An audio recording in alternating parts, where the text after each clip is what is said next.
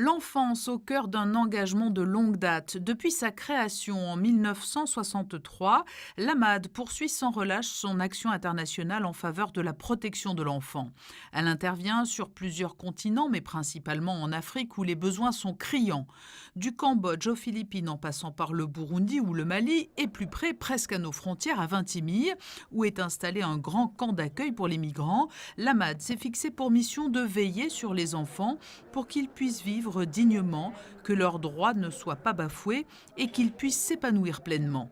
Chaque année, une grande conférence plénière est organisée à Monaco pour y réunir ceux qui sont les relais indispensables de l'AMAD sur le terrain, mais aussi de grands témoins venus partager leur expérience autour de Son Altesse Royale la Princesse de Hanovre, présidente de l'association. C'est le cas de ce docteur venu de la République démocratique du Congo où il soigne des jeunes filles et femmes victimes de violences sexuelles. En RDC, République démocratique du Congo, la fille et la femme ne sont pas à l'abri de la violence.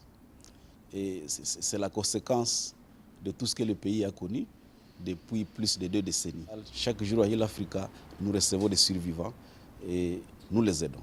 Nous apportons une assistance médicale, nous apportons un accompagnement psychologique et spirituel, nous apportons un accompagnement économique et nous essayons de les assister aussi à justice. L'AMAD nous aide à avoir un centre de santé qui est un cadre approprié pour bien prendre en charge la femme et l'enfant. La conférence plénière annuelle de l'AMAD permet d'identifier des projets qui pourraient bénéficier du soutien ultérieur de l'association.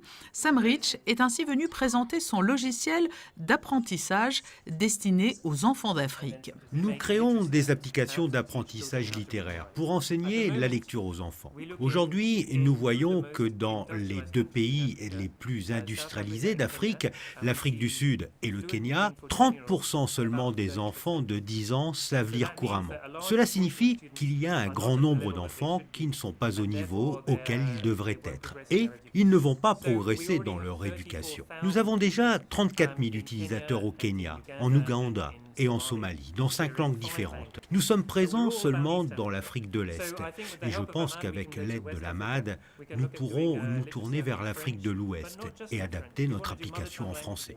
Lui aussi est à la recherche de soutien pour développer son programme éducatif Bateau Atelier. Le navigateur Titouan Lamazou, après avoir affronté en solitaire les éléments pendant de longues années, continue aujourd'hui de parcourir le monde, mais cette fois en se tournant vers la jeunesse qu'il part rencontrer. Et dans la vie, on pourrait dire qu'il y a 3 étapes. La première, c'est celle où on découvre. La deuxième, où on célèbre. Et il faut se rendre à l'évidence que je suis peut-être rentré dans la 3e où l'on transmet. Voilà, c'est pour ça que mon public préféré dans mes travaux et mes aventures, ce sont les enfants. Si vous voulez, ça réunit un peu mes 2 sillages. Le bateau atelier, c'est un navire, un outil de création qui va accueillir en résidence des artistes et des chercheurs à son bord et qui vont coopérer ensemble, travailler, produire et offrir un autre regard sur le monde et toujours diriger quand même c'est l'art et les sciences au service de l'environnement. Et de ce travail coopératif, il y aura des expositions organisées, des livres qui vont paraître, des collections même d'ouvrages, mais surtout ça va être décliné en un programme éducatif, toujours en binôme, artistes-chercheurs. Et il se trouve que le premier programme va suivre la construction de ce navire, et ça s'appelle « Dessine-moi un bateau ». Pendant les 2 journées de conférence, les échanges auront été riches et auront permis d'effectuer également un tour d'horizon des grandes thématiques qui constituent les fondements de l'action de l'AMAD, qu'il s'agisse de la protection contre la violence, l'exploitation et les abus, l'éducation ou la santé. Il est à noter enfin que l'AMAD régulièrement intervient en cas de situation d'urgence ou post-urgence.